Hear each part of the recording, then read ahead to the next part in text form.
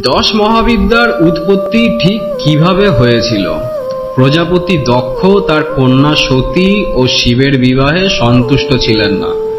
তিনি মনে করতেন শিব হলেন শ্মশানবাসী, রুক্ষ স্বভাবের এবং অসামাজিক। তাই দক্ষ যখন এক বৃহৎ যজ্ঞের আয়োজন করলেন, তখন তিনি অন্যান্য দেবদেবী, ঋষি, মুনি সকলকে আমন্ত্রণ জানালেও দেবী সতী ও মহাদেবকে ইচ্ছাকৃতভাবে বাদ দিলেন। যজ্ঞের কথা নারদ মুনির কাছে জানতে পেরে সতী বিনা আমন্ত্রণেই পৃথিবীতে যেতে চাইলেন। শিব তাকে বারবার বারণ করলেন। মহাদেব শিব বললেন, আমন্ত্রণ ছাড়া পিতৃগৃহে যাওয়া উচিত নয়। তাছাড়া তোমার পিতা আমাকে অপমান করার জন্যই এই যজ্ঞের আয়োজন করেছেন। সেখানে গেলে তুমিও অপমানিত হবে, যা তোমার কাছে অসহনীয় হবে। কিন্তু দেবী সতী তো নাছোড়বান্দা। স্বামীর অনুমতি না পাওয়ায় এবং অভিমানে ক্রুদ্ধ হয়ে দেবী সতী প্রচণ্ড ক্রোধে এক ভয়ঙ্কর রূপ ধারণ করলেন।